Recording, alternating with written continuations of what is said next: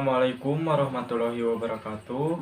Perkenalkan, nama saya Syahrul Ramadan dengan NPM 10120516 dari kelas F2 Manajemen.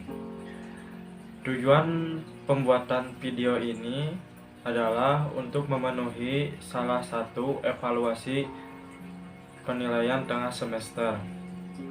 Di sini saya akan menjelaskan tentang bentuk komunikasi bisnis. Di dalam dunia usaha atau bisnis, komunikasi merupakan unsur terpenting agar mencapai tujuan dalam usaha tersebut dengan baik dan sesuai harapan. Seperti halnya seorang pemimpin perusahaan yang memerintahkan ke mitra kerja ketika ia membutuhkan surat pengadaan barang, pengajuan barang, atau hal yang lainnya. Itulah proses komunikasi bisnis yang terjadi dalam dunia bisnis. Sederhananya, komunikasi bisnis merupakan suatu bentuk komunikasi yang digunakan di dalam dunia bisnis, baik dalam bentuk verbal maupun dalam jenis non-verbal. Berikut ini penjelasan komunikasi bisnis ini. Bentuk-bentuk komunikasi bisnis. Dalam dunia bisnis, komunikasi bisnis memiliki dua bentuk yang lazim yang dapat dijadikan sebagai acuan dalam berkomunikasi. Dua bentuk ini yaitu komunikasi verbal dan komunikasi non-verbal. Berikut ini penjelasannya. Yang pertama, komunikasi verbal diambil dari kata dasarnya yaitu verbal. Komunikasi verbal ini menggunakan satu kata atau lebih. Dalam dunia bisnis, komunikasi verbal ini digunakan baik secara tertulis maupun secara lisan dengan struktur organisasi dengan baik dalam menyampaikan pesan atau informasi kepada komunikan atau penerima pesan. Dalam dunia bisnis, umumnya bentuk komunikasi verbal ini digunakan ketika sedang rapat, seminar, atau yang lainnya yang berhubungan dengan operasional perusahaan. Namun, kekurangan dari komunikasi verbal ini jika tidak dikuasai dengan baik, maka akan timbul berbagai hal, di antaranya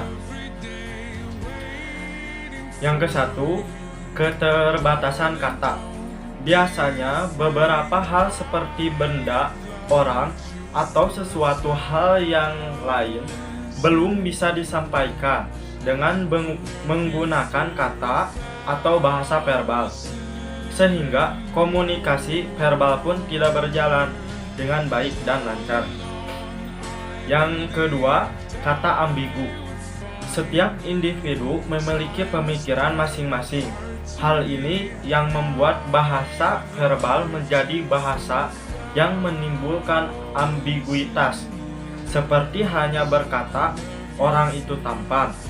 Belum tentu orang lain menganggap bahwa orang itu tampan, sehingga orang lain menganggap bahwa orang itu tampan sifat dan hatinya. Yang ketiga, kata bias. Umumnya, kata-kata yang bias ini menyangkut soal budaya dari daerah tertentu, seperti halnya suatu bahasa dari Jawa. Akan berbeda maknanya jika diartikan dalam bahasa Sunda. Contohnya, orang yang mengatakan gedang. Dalam bahasa Jawa, kata tersebut berarti pisang. Sedangkan bahasa Sunda mengartikan bahwa kata itu adalah pepaya. Yang keempat, percampuran fakta. Komunikasi verbal dalam komunikasi bisnis ini sering terjadi percampuran fakta dan makna, sehingga akan timbul pesan atau informasi yang baru dan bisa saja tidak sesuai dengan informasi atau pesan yang sebenarnya. Selanjutnya, komunikasi nonverbal. Komunikasi nonverbal ini merupakan bentuk komunikasi yang berlangsung menggunakan bahasa tanda, simbol, dan tubuh. Namun, simbol atau tanda-tanda tersebut dapat memberikan pelukisan atau deskripsi apa yang disampaikan. Namun, komunikasi nonverbal ini hanya bisa dilakukan secara lisan, kecuali pada sandi Morse yang merupakan bahasa nonverbal, melainkan menggunakan metode tertulis. Perlu diperhatikan bahwa kedua bentuk komunikasi tersebut memiliki hubungan yang erat dalam dunia bisnis, khususnya dalam komunikasi bisnis. Kedua bentuk tersebut akan saling menjalin dan melengkapi satu sama lain. Ketika bahasa verbal tidak bisa disampaikan, maka bahasa nonverbal yang berperan dan juga sebaliknya. Jenis komunikasi bisnis. Di dalam ilmu komunikasi, komunikasi bisnis bisa dibedakan menjadi beberapa bentuk berdasarkan penyampaian, perilaku, ruang lingkup, aliran komunikasi, peran individu, dan jumlah peran. Komunikasi bisnis menurut penyampaiannya. Komunikasi sangatlah penting dalam kehidupan sehari-hari. Walaupun tidak semua terampil dalam berkomunikasi, berdasarkan penyampaiannya, komunikasi dibedakan menjadi dua, yaitu yang pertama, komunikasi lisan. Komunikasi lisan merupakan metode komunikasi yang dilakukan secara langsung, tanpa adanya batas dari jarak atau dilakukan secara bertatap muka. Komunikasi lisan ini dibedakan menjadi dua macam, yaitu komunikasi verbal yang disampaikan menggunakan kata-kata atau dengan bahasa. Yang kedua, komunikasi nonverbal yang disampaikan menggunakan tanda-tanda, simbol, bahasa tubuh, wajah, nada bicara, dan hingga penekanan kalimat. Yang kedua, komunikasi tertulis. Secara singkat, komunikasi tertulis ini dilakukan dengan metode tulisan. Umumnya, komunikasi tertulis ini contohnya seperti surat, naskah, belangko, dan lain sebagainya, yang tujuannya adalah menyampaikan pesan atau informasi dalam komunikasi bisnis. Komunikasi tertulis ini sering digunakan ketika mereka mengadakan perjanjian, mengirim surat, permintaan barang, dan lain sebagainya. Dalam komunikasi tertulis ini, alangkah baiknya dibaca terlebih dahulu sebelum disampaikan ke komunikan atau si penerima pesan. Karena komunikasi tertulis ini lebih mengandung resiko yang lebih besar dibandingkan dengan komunikasi lisan. Terkecuali jika komunikasi lisan terekam, sehingga komunikasi tertulis ini perlu dibuat dengan bahasa yang mudah dan aman.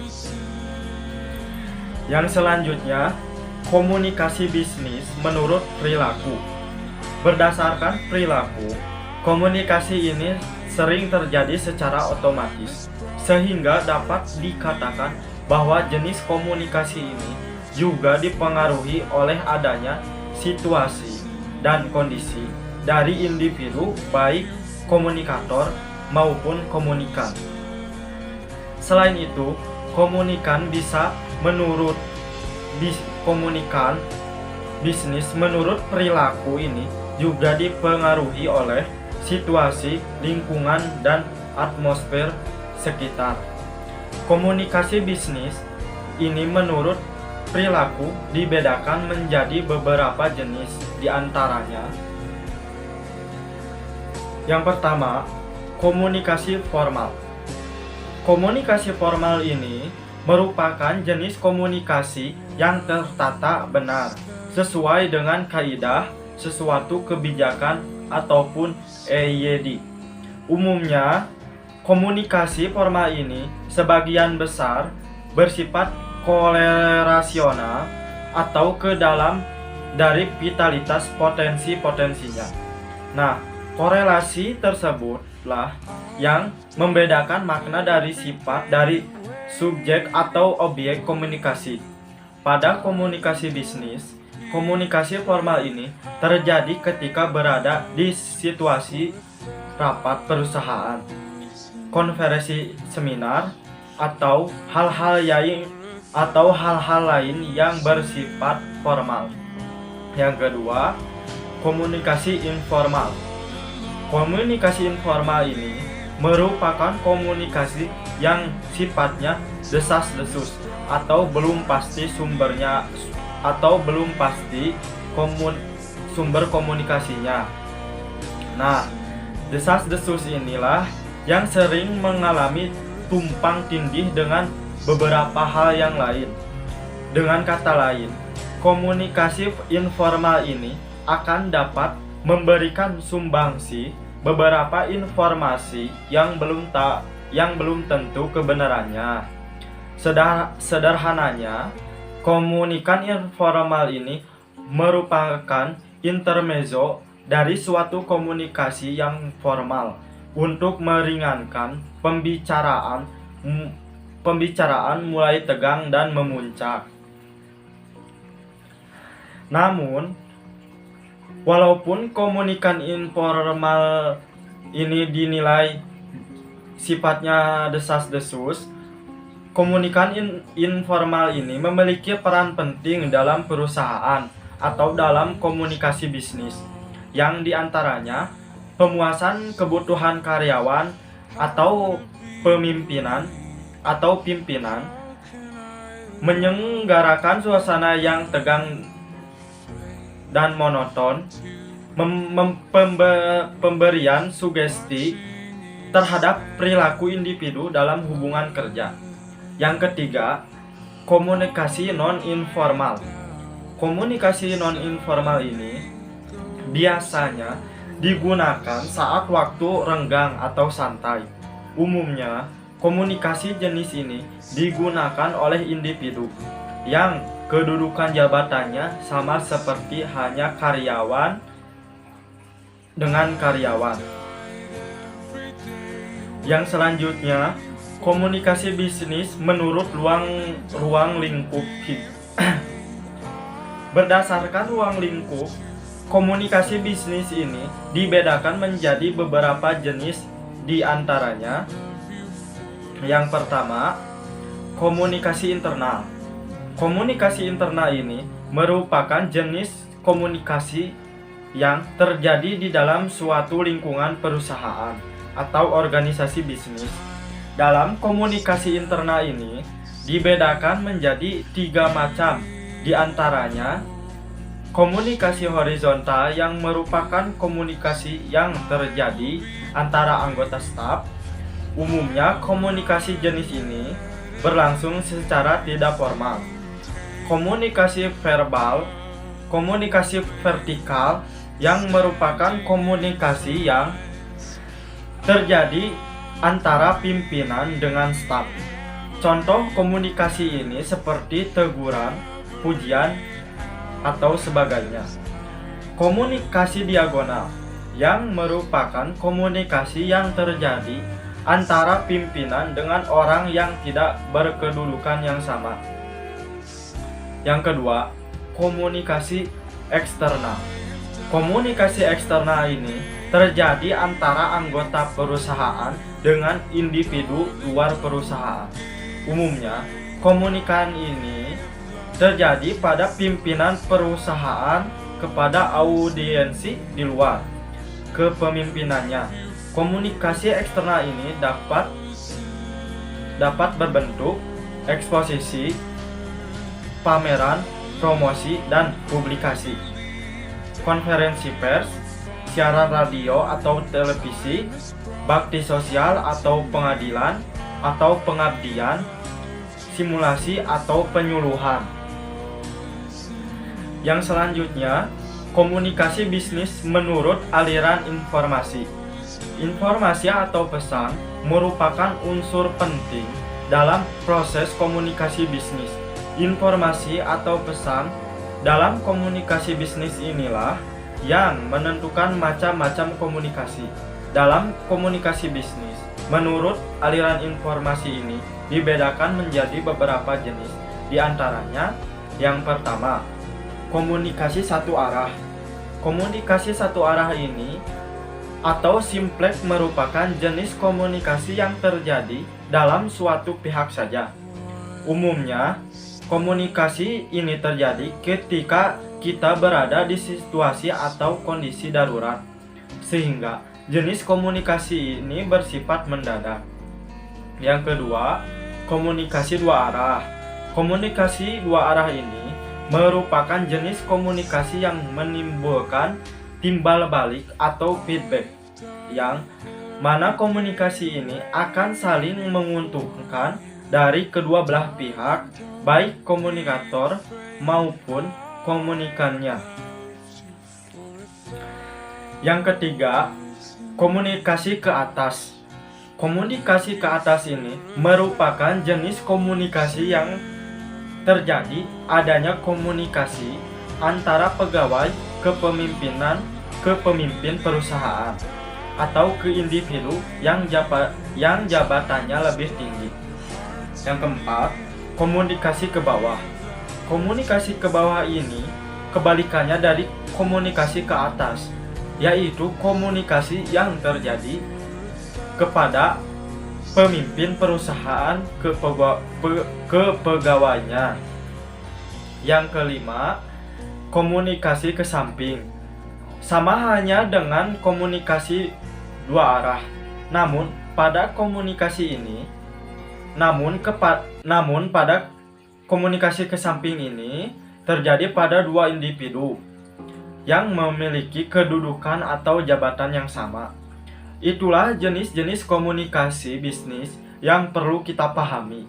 Namun, dari sekian banyak jenis komunikasi bisnis di atas, mereka masih memiliki dua bentuk komunikasi yang sama dalam komunikasi bisnis, yaitu komunikasi bisnis verbal dan non-verbal. Untuk penjelasan dicukupkan sekian, mudah-mudahan ada manfaatnya bagi kita semua. Wabillahi taufiq wal hidayah. Wassalamualaikum warahmatullahi wabarakatuh.